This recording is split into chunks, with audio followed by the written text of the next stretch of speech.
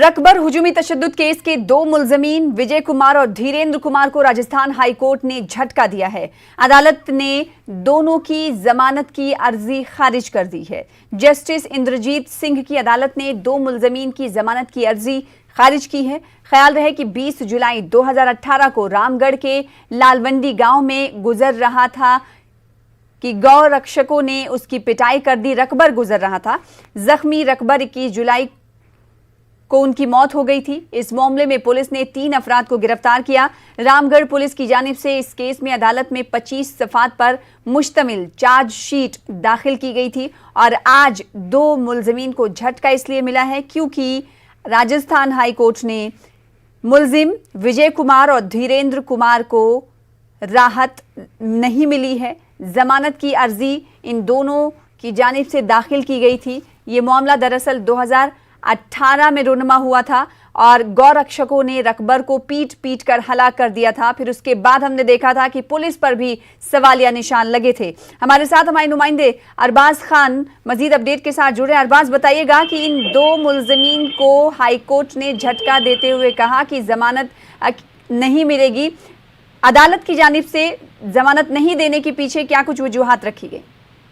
देखिए सना, जो पूरा मामला है इसमें जो पहलू खां का पहला मामला सामने आया था मॉब लिंचिंग का, उसके बाद में जिस तरीके से सनसनीखेज मामला था, काफी बहुत खुले तौर पर रकबर की मॉब लिंचिंग की गई थी और बहुत ही राजस्थान में इस पूरे मामले पर हलकान मचा था। तमाम सियासी गलियारे हिल गए थे जब जिन लोगों को इसमें इल्जाम लगाया गया और उनको गिरफ्तार किया गया, उन पर चार्जशीट पेश की गई। बहुत मजबूत उनके खिलाफ गवाह थे। 48 लोगों की गवाही हुई। बाकायदा तमाम लोगों के ऊपर चार्जशीट जब पेश की गई थी तो उसमें कई बड़ी अहम धाराएं थी। अगर मैं आपको बताऊं, देखिए धारा 302, 341, 323 और 334 में इनके खिलाफ जुर्म साबित माना गया था। उस दौरान जब चार्जशीट पेश की गई थी, 25 पेजों की चार्जशीट थी। इन तमाम चीजों को ध्यान में रखते हुए आज भी जब ये विजय कुमार और धर्मेंद्र कुमार जो पहुंचे हैं, इनमें एक परमजीत सिंह सरदार भी है, हालांकि उसकी जमानत याचिका यहाँ पर नहीं लगी थी, लेकिन इन दोनों की जमानत याचिका जो जस्टिस इंद्रजीत सिंह हैं उन्होंने खारिज कर दिया। उन्होंने कह दिया है कि साहब अभी इसमें नहीं दी जा सकती जमानत। पूरे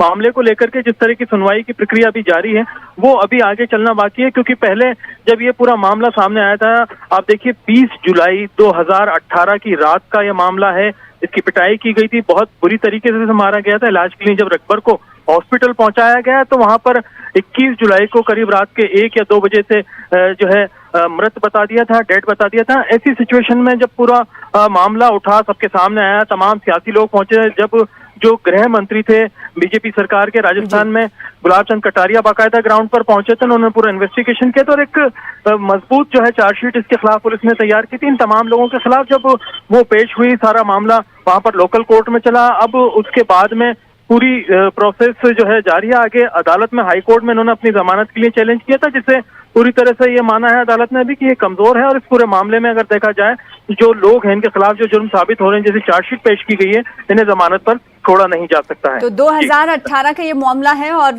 रकबर को पीट पीट कर हलाक कर दिया गया था। मॉब लंचिंग की गई थी और उस वक्त हमने देखा था कि पुलिस पर भी सवालिया निशान लगा था, क्योंकि जो टाइमिंग थी, टाइमिंग पर सवाल उठे थे। जब रकबर को पीटा गया था, मॉब लिंचिंग की गई थी, उसके काफ़ी घंटे बाद उसे अस्पताल में दाखिल कराया गया था।